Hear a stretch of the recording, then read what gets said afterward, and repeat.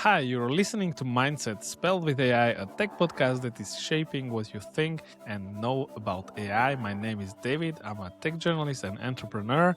And here with me, as always, is Philip, an AI executive. You, Philip, have recently scared the shit out of a bunch of students, university professors, and some executives with your presentation about future of work. So, Philip, let's explain.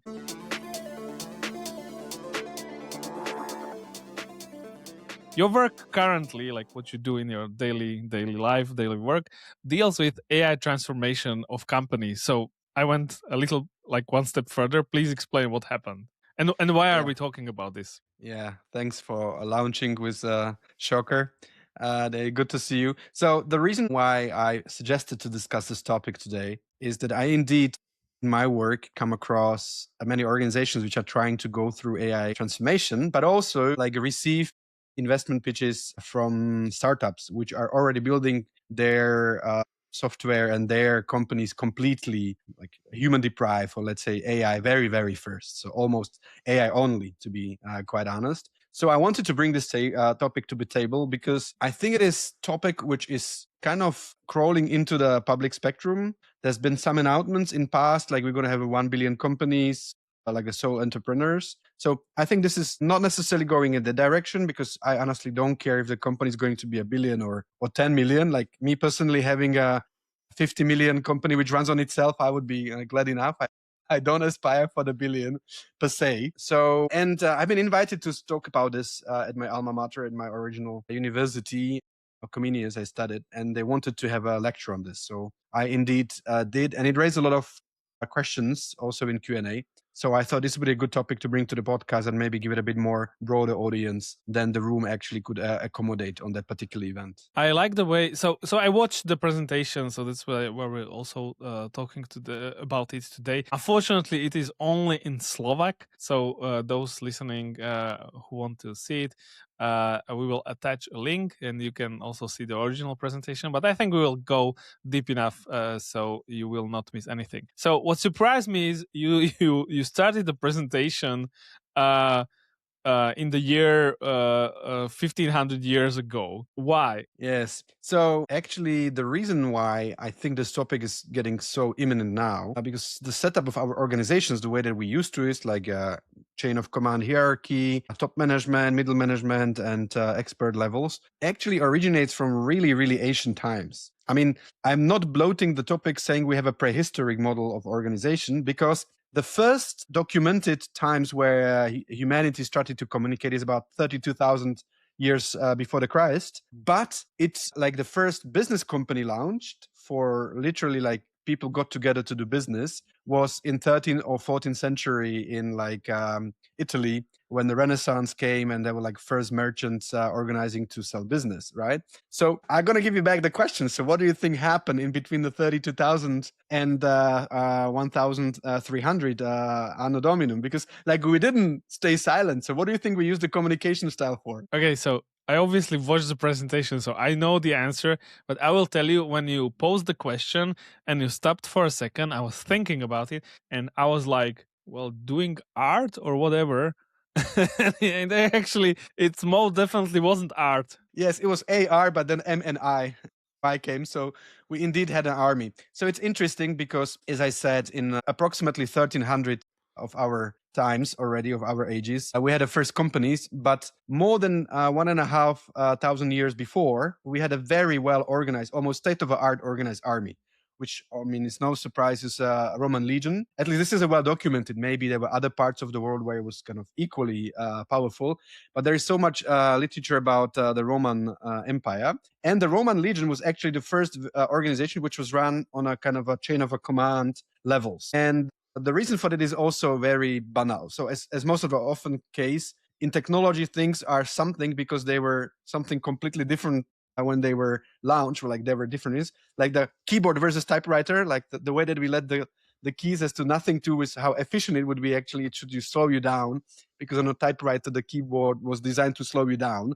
not to hit the letters while you're typing. So the same way we got a setup of the organization, because the Roman tent can only house 8 people. And therefore, like if you have a very large army, you need to have like a unit which has several number of attempts and then larger cohort and a legion. And so that was where the organization started. So this is from where we got the hierarchy and where we have like a top manager, middle manager, like maybe line manager and so on. But funny enough, in those ancient times, the organization was still a little bit kind of like a small kingdoms. So the manager or like the officer of the unit had all the responsibility. So when you were kind of a manager of a tent, you had like the food, the weapons, the training, the morale of the tent was all your business. Like nobody was coming and telling you how to do things, so this was all your responsibility. So it was hierarchical by design, so there was already levels of management, but the manager was responsible for anything below him.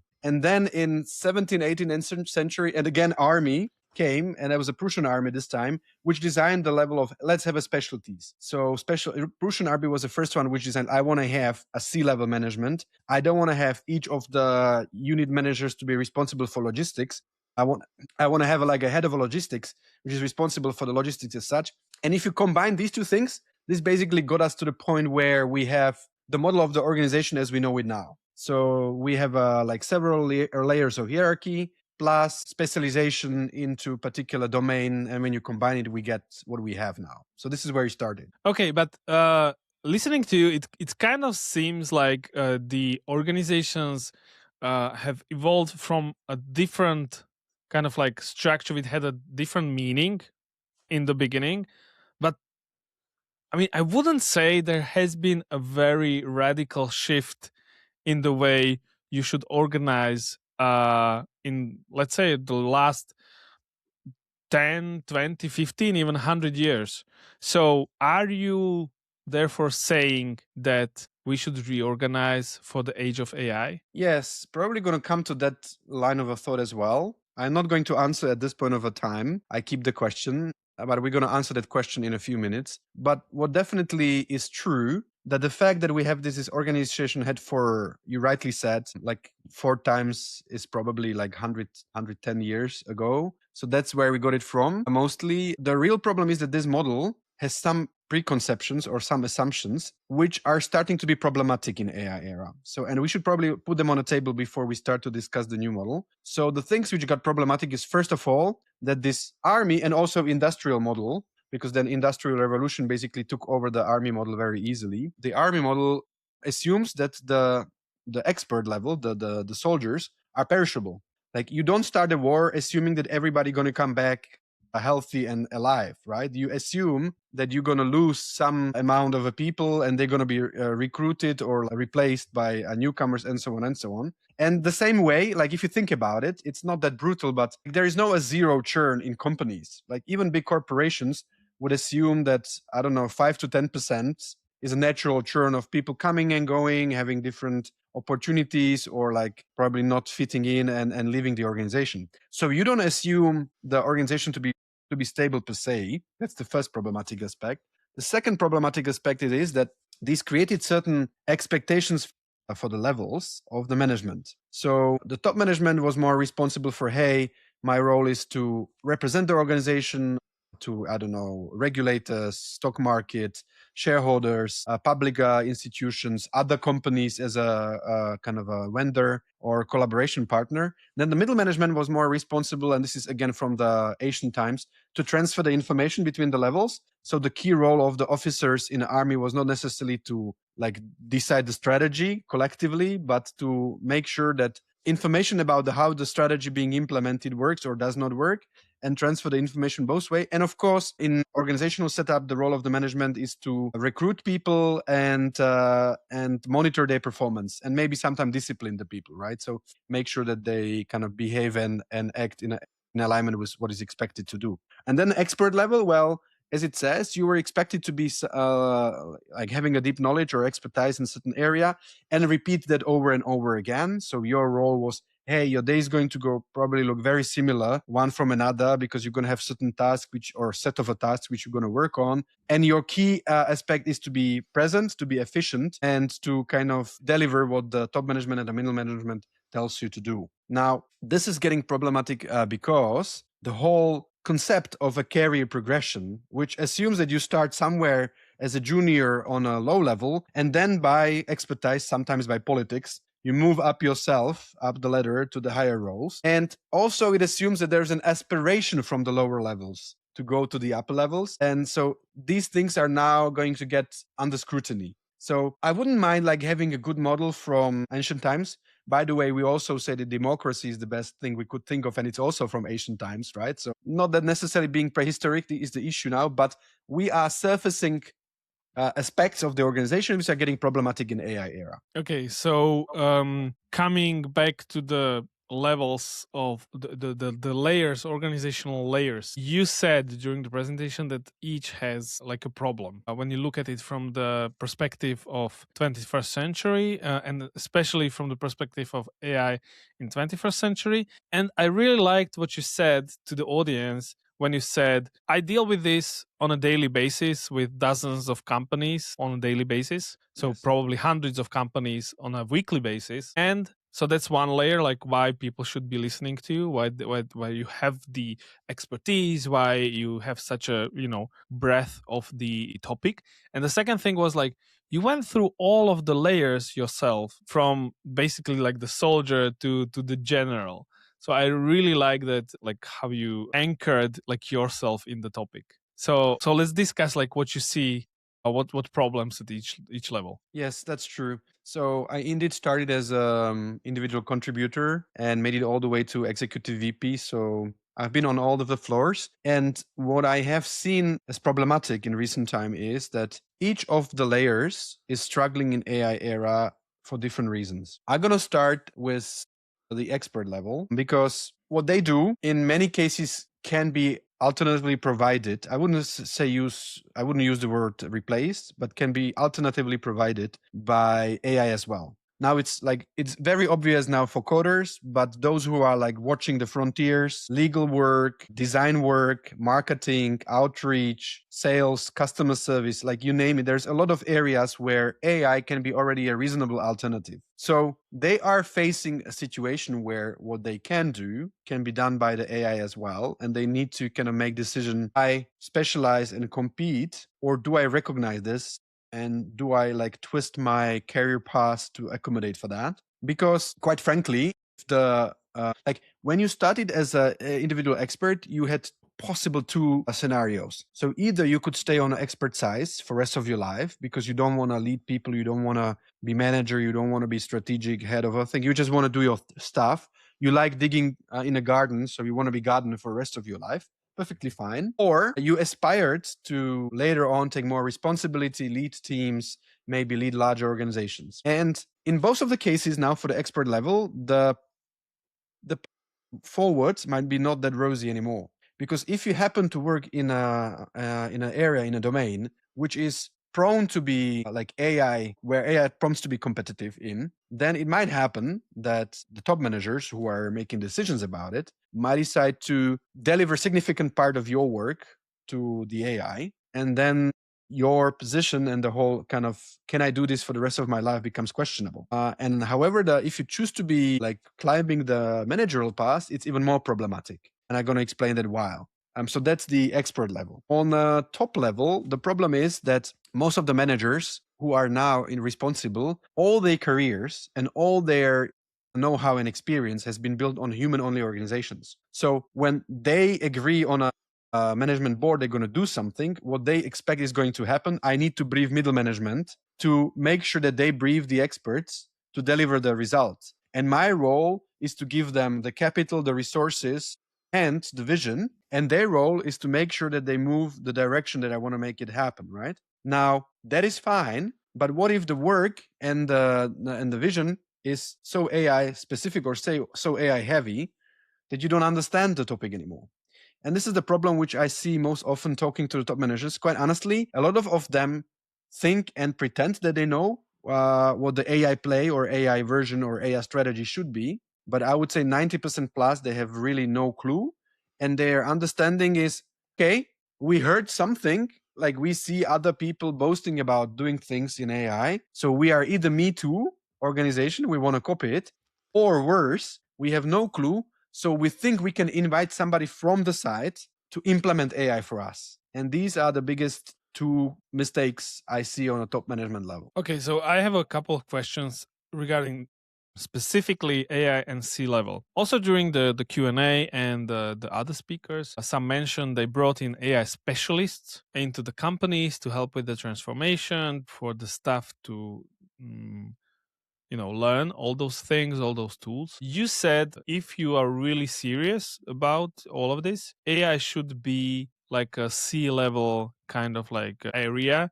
So you should have someone in the C-level who knows and has preferably experience with AI. So it's I have a twofold question. So one is, because AI is so new, would you say, is it possible for like someone in the C-level to like adopt the skills and turn himself or herself into the AI champion? Because like the difference is maybe like, like a couple months, literally 1 or 2 years between like someone who knows and who just wants to learn. So that's like one question. And the second question is, what's your take on like bringing in these specialists to be embedded, and also like companies or agencies or like people who say, I will come in and help you with your AI transformation, which is, like the next level of McKinsey, I would say. Yes. So let me go one by one. So your first question. It's not only possible, it's actually necessary for the top managers to become AI skilled. And I think the top managers listening to this would be long enough to still remember the introduction of e-commerce into let's say e-business or internet into the regular business. And I think that the analogy is very similar. So let me use that to explain what I mean by what they should do. So imagine back then, before internet times, you were running certain business, and now the internet comes. You can't possibly, if you have been only running brick and mortar, to understand how a good e-shop looks, how the funnel should be optimized, how you do Google Tag Manager, how you run the CCP and other kind of, PPC and other kind of purchase media, social media, and whatever campaigns. So I think that you literally have to try it yourself. So if you were in a board of a company in this pre-internet era and you were asked by your top management to have an e-commerce arm of your company, you wouldn't be able to do it without you being able to shop on a e-shop yourself. I can't imagine you're a CEO of a company which needs to get an e-commerce arm built next to the brick and mortar arm, and you don't know how to buy things out of Amazon, right? So that we are in a similar situation. So you don't need to be the champion, as you said it. You don't need to be the one which explains the middle and low managers or like the people who are implementing is how to do it or inspires them how to do it. But you need to be, let's say, AI literate enough that you understand that this is kind of going right direction. Because if you were only brick and mortar thinking, I would tell you, you know what? But we need to have the page to be loaded in less than 1 second. And you look at me like, why would I need that? Like when I'm on a phone with a customer, it takes 5 minutes for him to order. So why would I need the web page to load in 1 second, right? So this is a kind of an understanding that you need to bring. And I think we are in a similar situation. So if you are if you are a top manager now, you should invest literally an hour a day at least into trying the tools yourself. You don't have to tell anybody. You don't have to brag about it on LinkedIn if you don't want to. Maybe your first products or your first attempts will be not that stellar either, but you should know how to use it. You should have an experience with it. You should, if you give an order or give a vision about it, you should be somehow informed. It shouldn't be kind of a blah, blah, blah, and you find out how to do it out. And of course, this is only going to happen for top managers if you put it into your calendar. Because if top manager doesn't have anything in his or her calendar, it will never happen. So my suggestion to the top managers is give yourself an hour-long slot a day into your calendar, which is going to be blocked out for you to play with the AI tools. I think it's super essential. So before you answer the second part of the twofold question, let me add a question here. So what if and I'm asking just because I've seen it play out a couple of times. I also seen some people go through it. So what if this manager has been, let's call it like misguided in ways, and now suddenly becomes an AI champion, and would you say like that will like line him up for the right reasons, or like towards the towards the right path. And also, these kind of managers who become like so embedded in AI suddenly cannot stop talking about anything than AI because it consumes them. And I have seen and heard examples where these managers, and we're talking literally C-level, basically become the worker bees because all the tools allow it to them. And I haven't heard very good examples of how this play out. Yes, it's a good one. And I have seen managers, including my kind of superiors, direct superiors in previous jobs, who got a little bit addicted to playing with AI to the point that they probably spent all the amounts that they can carve, even like neglect family times or neglect other topics, and they just play with it. And it's this fascination of things being done. So there's one caveat, which I have to say, and that is that put a limited time in your calendar to try. Don't overstretch it. And keep in mind that going back to working, like doing the actual job, is micromanagement. So you need to steer yourself off. We're going to come back to what that means for like a startup organizations, because this has a different implications in like a brand new organization just to be launched. But for the organizations which are existing, and if you are like a C-level manager of reasonably large existing company, dedicated enough time, but don't lock yourself into I gonna become I don't know a 10 hours a day AI geek who like does nothing else but just vibe codes his applications and does the pictures and videos and whatever all of a sudden because I can. And it is especially complicated for the CTO or like technical people who might be even a kind of okay in their work to do this research and exploration. So for their role, this might be also looks pretty reasonable. But like if you're a CEO or CFO, like don't become an AI geek. That's not the suggestion we're making here to for the people to happen. Okay. And so let's come back to the second part of the initial question. Mm-hmm. What about AI specialists in the middle management level? And, if the company wants to bring in like McKinsey style AI specialists who will tell you will transform the organization for you because they know they've done it a couple of times. I will like call out my own prejudice about this because I've talked to a couple of people about this regarding like, is it even like possible for like people who don't know your organization come in and tell you like, "Oh, just do this and this and it will happen." I know there have been billion-dollar businesses built on this idea, but I would say like to a dubious goal or like end goal. Yes. So two things to mention here. First of all, it is happening. There's a lot of people, like if you open your LinkedIn, there's a lot of people who more or less competent offer help for like implementing AI, from all the trainings, camps, all the way to like building strategy. So it's happening. I would say that I'm going to use the example of the going from brick and mortar to internet era again, because I think it really explains the situations well for these kind of difficult questions. So imagine you run a large retail store and all of a sudden you need to have an internet site selling you have a bookstore and you want to have build Amazon, right?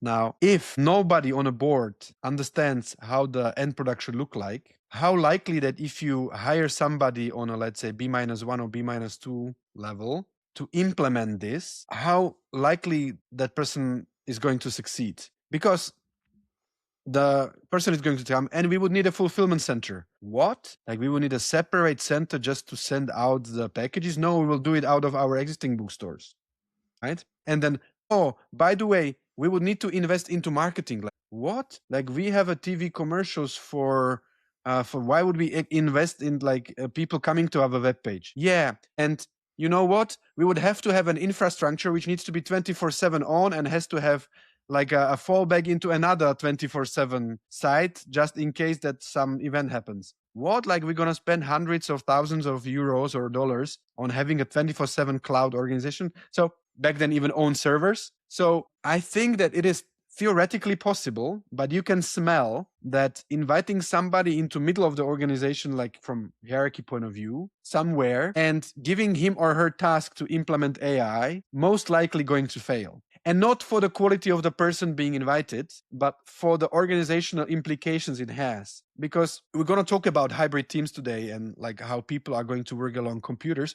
But if you are HR and all of a sudden significant part of the responsibilities are done by non-humans and you are HR team, so how do you manage and how do you kind of compare and contrast this if you have no clue how to manage the AI part, like how to procure, monitor, and reward and replace AI workers? So I think that it really needs an C-level person, ideally somebody who did that or did a similar thing already in previous setup with the AI. There is a chance for somebody from the C-level to become the champion, but that's a very tough learning curve. So to really understand how the new agentic systems, even for us as a practitioners, and you know it really well because like we run on a monthly basis an AI edition of our Slovak podcast, and it's easily 60, 70 new messages or new kind of relevant articles that you need to understand in order to comprehend what's going on. So it's very unlikely for somebody having this gap to jump on and be a champion without a previous experience. Okay, thank you for indulging me with these answers. So let's get back to our topic at hand. Just to recap, so you said about the three layers, and we were about to engage in the discussion, or like you probably wanted to continue with your chain of thoughts. Going to okay, so what is AI going to do to these layers? So what is AI Absolutely. going to do to these layers? Yes. So as I said, for the expert level, this is very likely a kind of providing an alternative of the same work and therefore might be alternative provider of the services all the way down to like being replaced by the AI completely. The top management is interestingly enough probably the least hit because the things which the top management is responsible for, so talking to the regulators,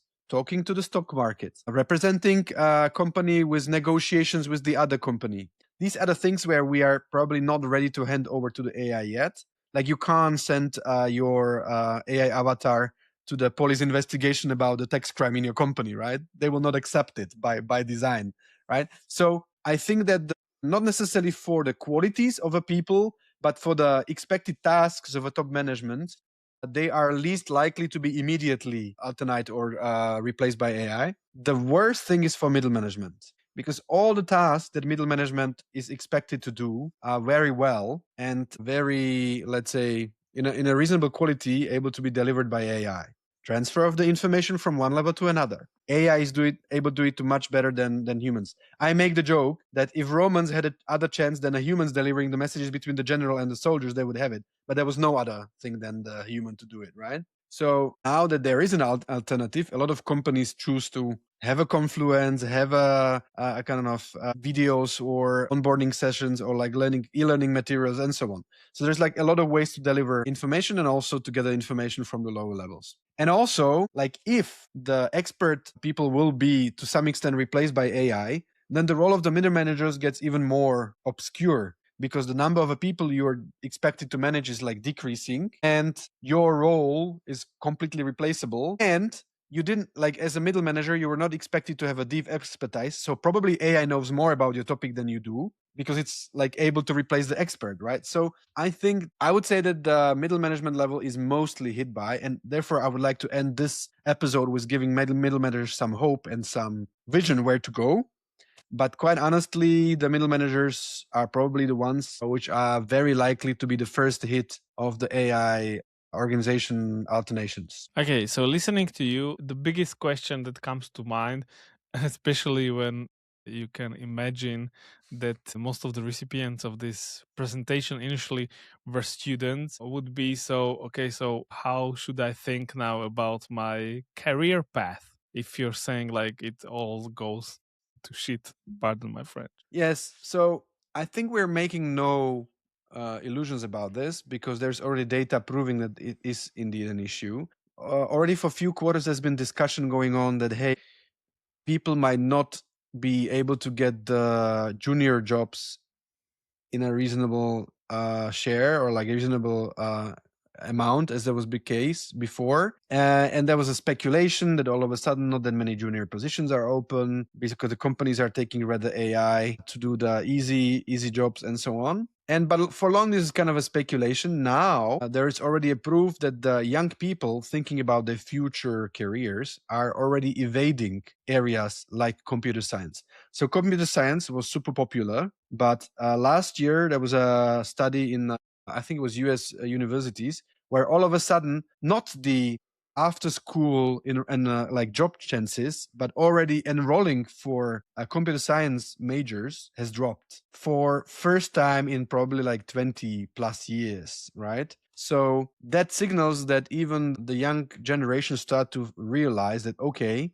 maybe doing computer science is not such a gold mine as it used to look like or used to be, and maybe I should think about the other alternatives. Quite honestly, and I said I'm glad I don't have children in a time where I would need to give advice about this. Luckily, my boys are probably too early to think about university for now. But if they were, I'll be a little bit kind of struggling to give them advice what the roles might be. We might give some answers to that, as I said in the like last section of this episode, but it's not that rosy. It's going to be difficult. And this is breaking another problem with the organization, and that's the career path. Because all of a sudden, the Roman Empire, the Roman legion, assume that some of the soldiers will become the tent managers, and then the cohort managers, and then the legion generals. And now it is broken because people, like, if the middle management disappears, then the career path up the ladder of hey, you could be a team manager, and then you can be a like division manager, and then you maybe can be a top manager. Well, if the middle manager disappears, that is going to get a like this promise is going to be broken, and it's probably complicated to jump from a team manager to a C-level manager and be a good C-level manager, with all the respect to it. So I think we will need to find a new way through this chasm that is going to create, like through middle management being not there or like being less populated than before. And then the expert path is challenged by the AI itself. So maybe your profession will be one of the ones hit by the AI alternative, and then you're not promised to stay in an expert level for the rest of your life either. So we will get to the answer of this. Just one thought comes to mind. I don't know if you said it in the Q&A or someone else said it during said presentation, but it was like, if someone said like, if you are top 5% in your field, you might be safe in any field, but if you're not, then there's a problem. Like that's a pretty narrow definition of like, how many people in their prospective fields will get to see their work maybe not go away so quickly. There's a bigger chance for you to be in the 95% than in the 5%. What do these shifts do with the society, and how should we be thinking about, or maybe like I think you painted a prediction of what will happen. Yes, so you're right. Indeed, this is the topic which why it probably scared a lot of people, but also brought a lot of discussion in a Q&A and even like informal discussions after the event. And it is indeed going to be a major problem. But before we jump to what the implications are, I would like to say one more thing, and that is that people fail to realize that AI is not going to implement itself. So if you believe in like a Skynet scenario where AI become rogue and like an evil and like it rules the world, this is not what we are facing now, or this is not the most likely scenario, to be honest, the way that the things are running now. Also, as I said in the presentation, if you're running a hot dog stand, AI will not like crawl into your shop over the night and next morning you have an AI there, right? So it is essentially a decision makers who can accelerate or decelerate the AI involvement. And this is where I think the role of the top management comes again, because it's going to be both the society top management and the corporation's top management who are going to be making decisions about how quickly we're going to embrace it. And honestly, I think on both of the fronts, both the, let's say, society / politics versus the company, corporation top management, there are going to be a major changes or major things to be ready for. On the society front, I think we're going to face something like a Cold War between two parts of the world. So it's not going to be communist versus capitalist anymore, so it seems, but it's going to be more like there are going to be some countries which are going to be AI accelerating. So they want to push AI as much as possible in order to gain the benefit of the AI. A little bit not really taking care of what the social implications are, to be honest, or nevertheless what the social implications will be. And then there will be a second part of a world where they will have not enough technology maturity or resources to stay in this fight for AI. So they need to do something. So they want to declare themselves to be kind of a counter ego of that, to become like I call it a humbly a human first. So we are proud about being a human driven. And of course, there might be a small group of countries which are going to be human driven for, let's say, philosophical reasons. I think, for instance, like the way that the France thinks about the AI reminds me more like Descartes, and like thinking about it more from a philosophical point of view. But most of the countries, including the country we two come from, Slovakia, is probably going to be on a side like we can't possibly compete with the AI superpowers. So in order to like somehow manage it internally, we're going to jump on a populistic line of, hey, let's be a human first, and take it like a higher principle out of lack of the other options, I think. So that's what is going to happen on a, let's say, political front. How does that sound to you? Scary. Scary. Well, I'm going to give you a few illustrative examples, which I also mentioned in our presentation, just to be very quick, that this is not like a weird, crazy idea. So there are some or like some countries where they already think about not AI as a technology, AI as a, let's say, a pillar, a milestone, or let's say a building stone of the society and organization. For instance, in US now in the elections, the topic of data centers, which is the ultimate way to accelerate or decelerate AI, because if they're not going to have enough compute, they will be not able to go further. We know that both Anthropic, OpenAI, and Google, and Amazon, and Meta, and XAI are like all struggling to get enough compute, and they need data centers for that. Data centers are probably going to be the most heated topic of the midterm election in US this year. Now, you look over to Europe, there are several elections in Europe this year as well. In none of the countries, this is a topic. In none of the countries, AI as such is a topic. Like there's been a very dramatic now elections in Hungary. You didn't hear anybody screaming, let's have a data centers or let's not have a data centers. So I think that it is this diversion of, hey, do we really push for AI to be accelerated or do we not, is not equally discussed around the world. And a second example which I used, which is probably kind of tangible. So I was shocked to learn when, like, you know that I live in Berlin, so I have to do my German taxes as well, and I do it for years on my own with the help of a tax software. And I was shocked to learn that in Germany you can actually deduct up to 1,200 euros a year for AI usage from your taxes, which is like, I haven't heard even a discussion about should this be somehow subsidized by state or supported by any of the middle, like Central European countries, or like even like most of the European countries, to be honest, right?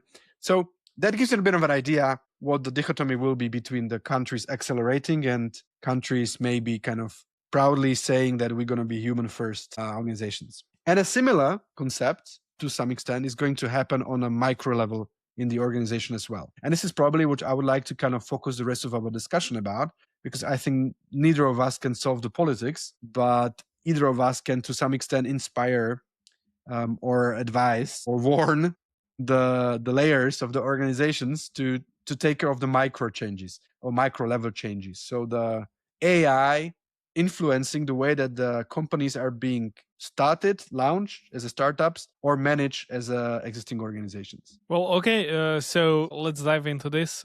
I think it was one of the most inspiring parts of your doomsday presentation. What was your, or what is your key observation in terms of like, okay, so what are the current opportunities, let's call it? Yes. So the dichotomy or the division line for the Cold War on a society level is relatively black and white. The spectrum for corporations a bit more color scheme, and the reason for that is because most of the organizations, from the very human only all the way to the extreme of AI only, which sounds crazy, but I'm going to name a few organizations which are going that direction already. So the spectrum is a bit more spacious and there are more positions or more notches that you can take. Most of the organizations now are in a stage which I call an augmented AI. So what they do, they enable their workforce to use AI to be more productive. Okay? You can have your GPT tool, you can have your coding agent, you can have your, let's say, images generating or video generating, marketing materials, helper, and so on and so on. But that's not where we're going to stand for a long time, because very soon you realize that if you really mean it, and as the tools are getting more capable, the organizations which move more towards, so what AI does better than a human, let the AI do it, and let's not put humans in, and what the humans still have a strong compelling reasons to do, let the humans do. So we will move to the right of the spectrum with, let's say, hybrid teams where there'll be in organizational chart next to each other roles which are fully AI or software only and fully human only, and maybe some kind of mixture of it. And as a manager, you're gonna kind of like agents going to report to you and humans going to report to you. And the new management needs to get ready in a hybrid organization for how to manage these hybrid teams, where part of the work is done completely by AI and part of the work is done by human, and so that the humans don't point the finger on an AI every time and the other way around, so that the AI does not only point out the mistakes of the humans, so it would be so easy to compare, right? However, the most interesting topic, which I'd like to spend some time us today talking about, is the AI only organizations, because there will be organizations which will be built by design already as assuming that AI is able to do close to 100% of what needs to be done. And that is going to be a very different concept. And for this one, we as a society are completely not ready, like on all fronts, from legal starting, like how would the organization even incorporate, all the way to like how we would engage with the others. But I do see organizations, and our company, the Global Digital Group, is actually already initiating and being part of a projects which are doing this. So which are doing the AI only organizations, and we support them and we finance them, and that's an interesting learning point. So seeing this really happening, it's not a sci-fi, makes you think that we as a society should probably talk about it more. Okay, so give us some examples. All right. So I would say that the most of the organizations which now exist are to undergo the transformation. So I think that the first learning point would be, how do you really tell the good ones from the bad ones? Because I do see a lot of, especially in software developing area, I see a lot of companies trying, but most of the practices I see are not really mature enough or going right direction. So first of all, and we discussed it several times in different podcasts that we do together, so I'm not going to surprise you by this. One of the key things of development is that we should give away the thought that it's only human who are going to initiate new projects, new initiatives, new ventures, new ideas. We are in a time where AI can come up with reasonable suggestions and test the suggestions before any human touches the topic. And this is probably the biggest miss I see in the organization which are failing the AI transformation, that they still assume that, okay, AI can do all the work, but the thinking needs to be done by humans. And I honestly think that it is going to be the bottleneck of the organization, because what we see, for instance, on an example of Anthropic, is that the reason why they are so accelerated, because they created a loop in which AI develops a prototype, tests it with some small group. If it works, introduces to the larger group, collects the feedback, and then develops the new feature again. Of course, there are still kind of areas which might be suggested by the humans to go. Like, I think that, for instance, launching a Claude design was not an AI suggestion. I strongly think so. But from the moment that somebody said, okay, so this is a gap, that we have, we will need also be able to design the front end of the applications. I believe that from that moment on, it was AI making the decisions, the architectural decisions, and making the decisions how that goes. So this is one of the things which the existing organization should give away. So you should accept that AI can be equally in first stage maybe suggesting, and in second stage looping itself in like development, future initiatives, and like growth projects that your company has. For the organizations which start themselves as a ground zero, I think we need to understand a little bit two scenarios. So one thing which is very evident trend, or let's say conclusion of where AI is going, that AI is going to democratize the launching of a business, or let's say entrepreneurship. And this might sound strong of a statement, but let me explain why. So if you think about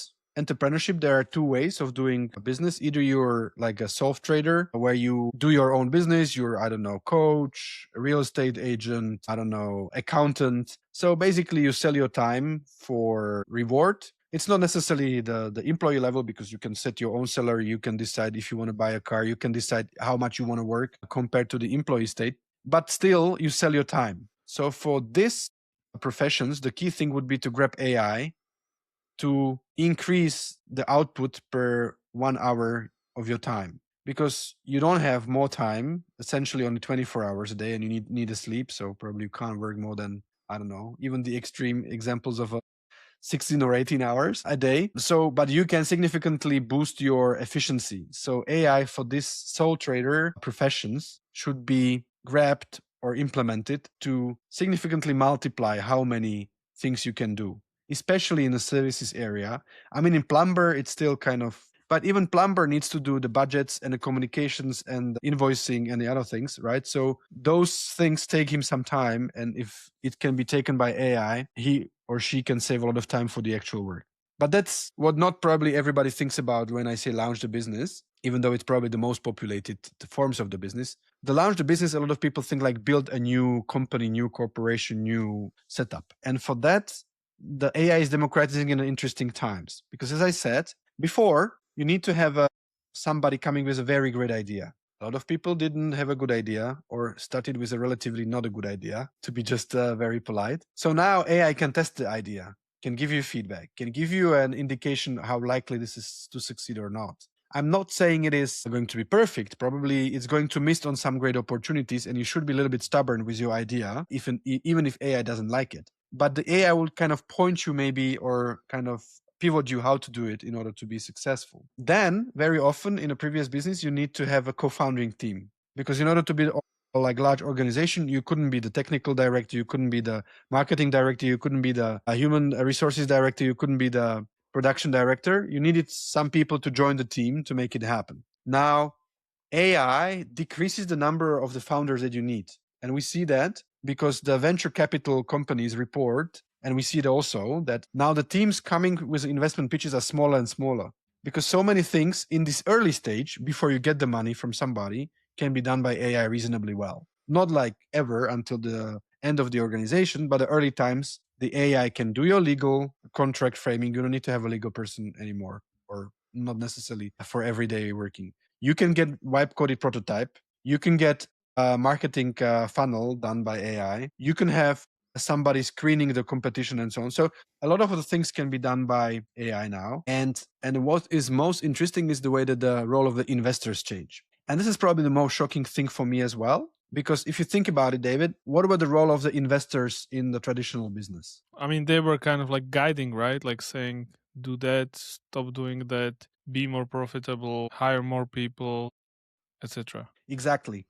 You hit the nail. So besides actually giving the capital, they were not giving the capital like, here is it, and you do what yourself want to do. It was more like, hey, I'm giving you this capital, but I have these opinions about how you should do the business. You should be more profitable. You should hire these people. You should not do these projects because there are many people tried and failed in this. So let's not be another one failing, right? So the capital was a little bit of a filter for which ideas get the capital first place. Because maybe as an investor, you wouldn't find an idea which you don't believe in, or you at least you wouldn't get it a lot of capital. Maybe you try, as a kind of a portfolio approach, but you wouldn't do it you wouldn't give it a billions. Secondly, to those which you invested, you were kind of steering them. Now, this is an AI era going to be very different. Because if you can start with some amount of a capital, you can get to the prototype and early customers really quickly. Like these 1 billion companies are about that you can jump over the phase where you need to convince somebody to get the scale. Now, with these services, you can get the scale before you get a larger investment. And this is again confirmed from the VC statistics that now people come and ask for already larger monies because they already skipped, I don't know, Series A or Series B, which they needed to get a prototype first place, right? And so the role of the investment now changes a little bit into position that you are already invited to participate in the success of the company, not necessarily decide about how the early prototype of the product should be. There'll be a lot of AI started businesses which get big before they ever see first investor. And then the investor cannot come and say, "Oh, I'm going to give you a 10 million if you follow my advice."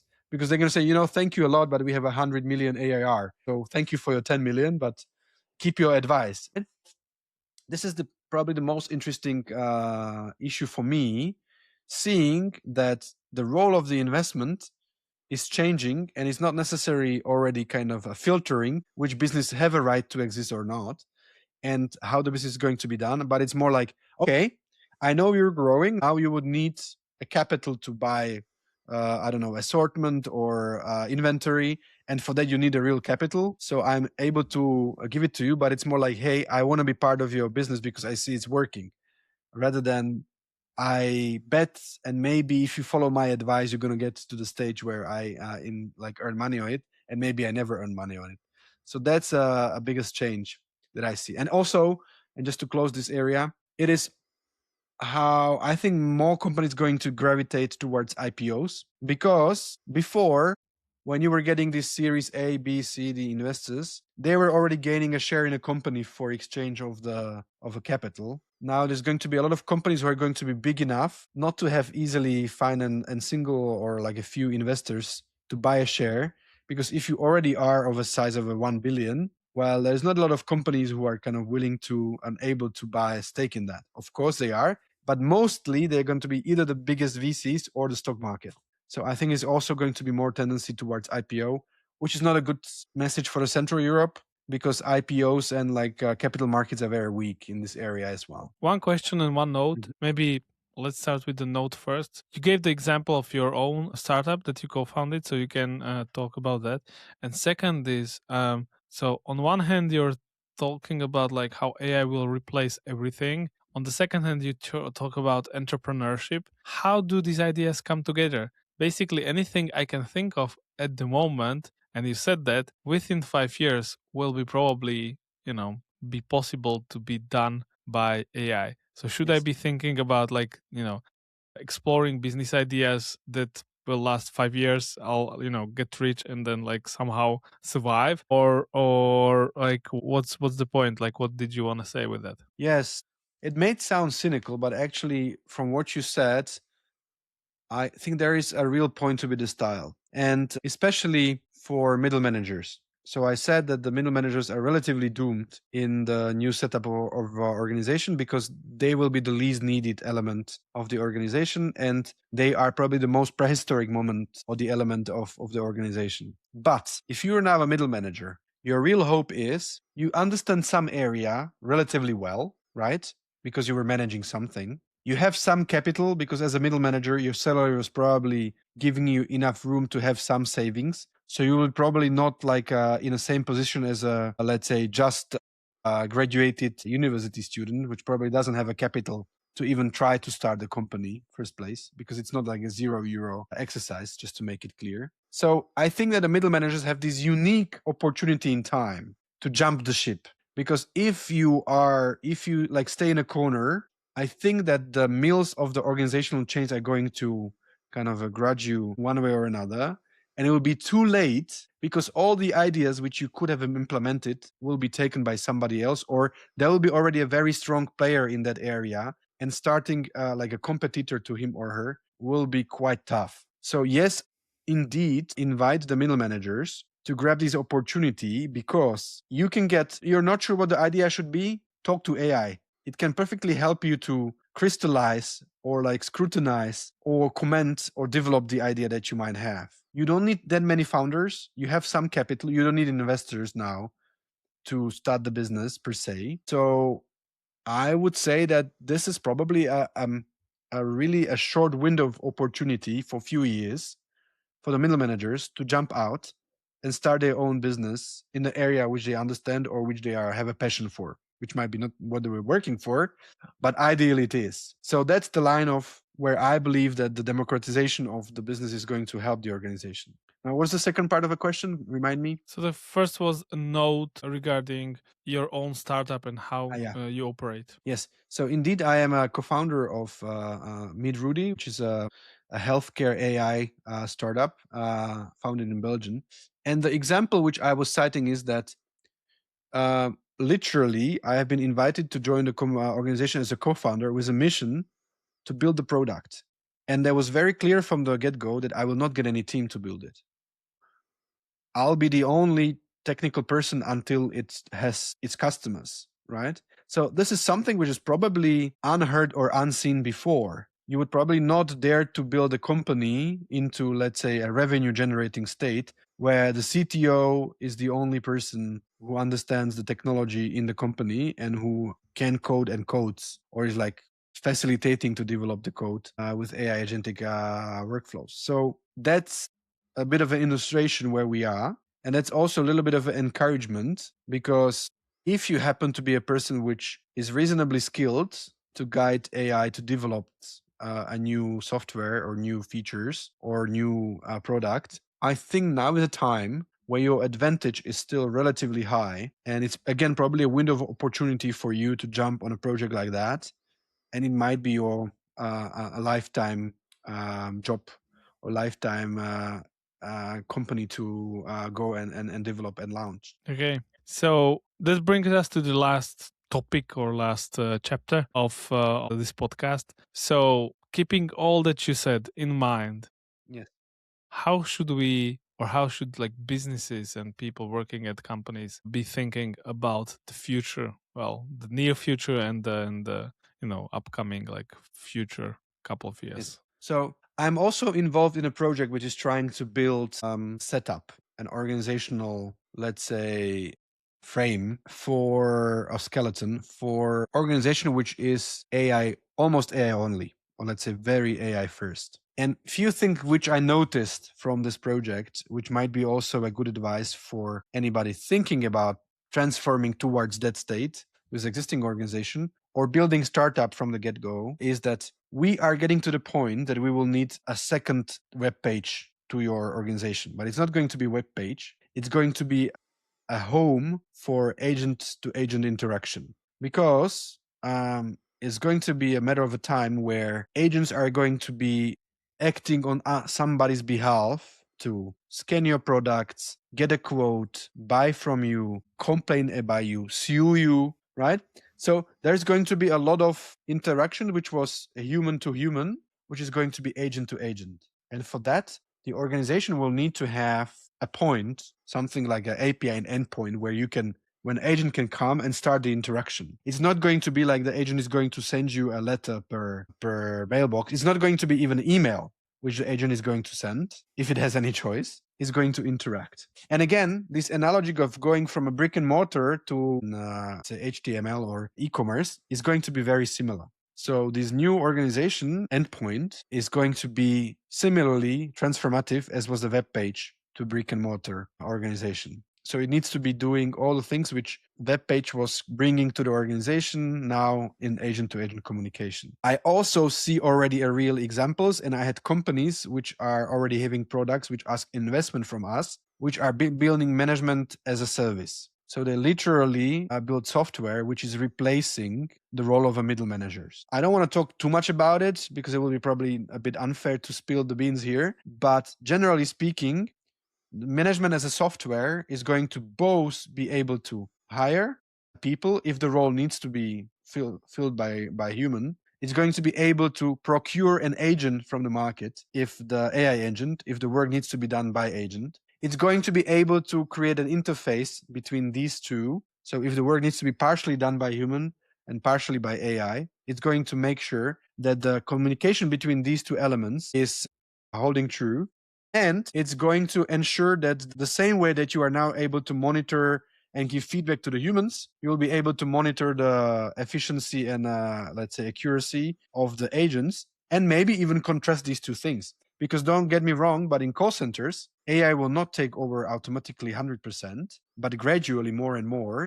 For a management decision, where is the right balance? Probably it's going to stop at the moment where there are tasks in which AI cannot be better than human. And this is a point where you should stop like giving the things over to AI. But how do you measure that? Right? How do you like fairly compare a work of an AI agent which can think million times faster than human versus a human operator, and what's the fair comparison of their work?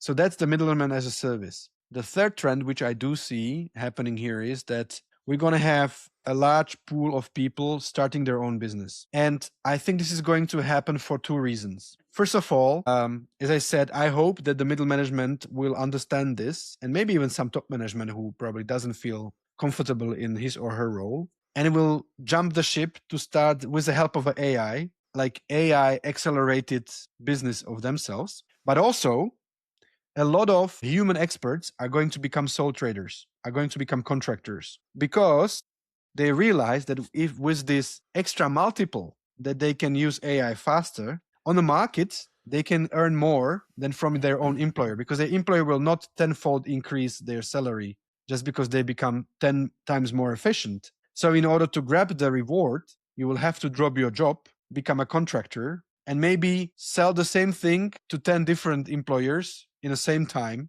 as you were doing it for the previous one employer before. So the kind of accelerating of that dimension will be that we will have a web of contractors, which are probably going to be contracted by the companies or AIs for the job, which now mostly done by the employees. And then the last thing which I'd like to mention here is that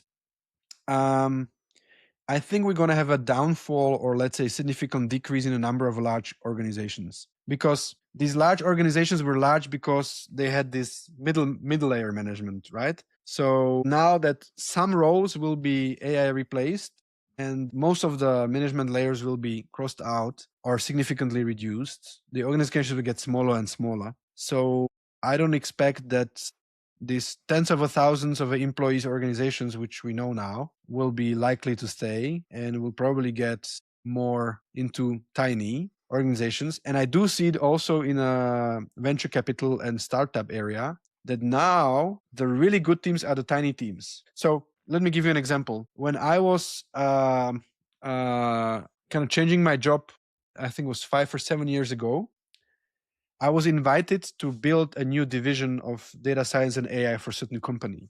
And when discussing it, the key concern for me and for the company which is asking me to join was how large of a team I would need to make this happen. And back then I was estimating that probably we would need about 30 people to make it happen. And it was a very decent number because their original idea was somewhere close to 100, right? And now I can tell you that if I was now in the same interview, I would answer probably 7 or 10. Even that would be very generous. If I was pushed down from the organization to think about 5, I would still consider it. So that gives you a bit of an idea how the organizational dynamics changes. And like now we're maybe going to fit into the 1/10 fun Roman tent. So we will not need a managers to manage the layers, and the organization will be significantly smaller.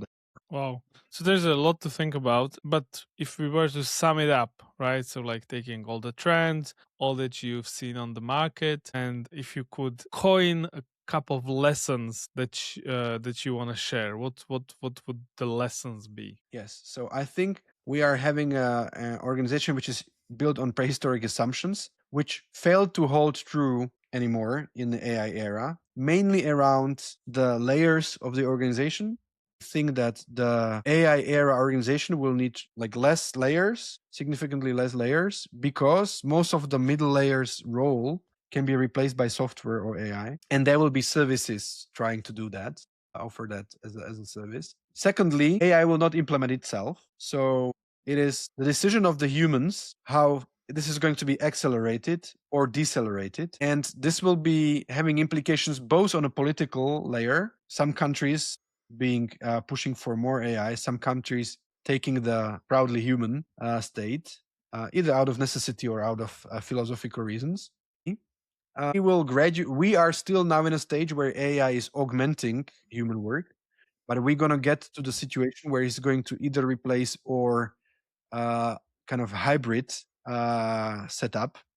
Fourthly, the AI organizations which are going to be AI only or AI heavy will need a transformation similar to what the brick and mortar companies had to undergo when the internet came, with all the analogies of you need to have somebody at the steering wheel knowing where it should go, ideally having experienced it. You don't need that many people around because running eShop back then when it started needed less people than running a retail chain. And you probably gonna need a new way of working, which is also giving away the thinking about the strategy and the new ideas to the AI, not only actually implementing the real work, because this feedback loop of, hey, I understood what is not working, how a prototype of a new way of doing it can be done and tested can be done by AI itself so much faster than any human driven process. So staying only on a human decisions will probably bring you on the extension path of others sprinting so much faster that you can't keep up with the competition.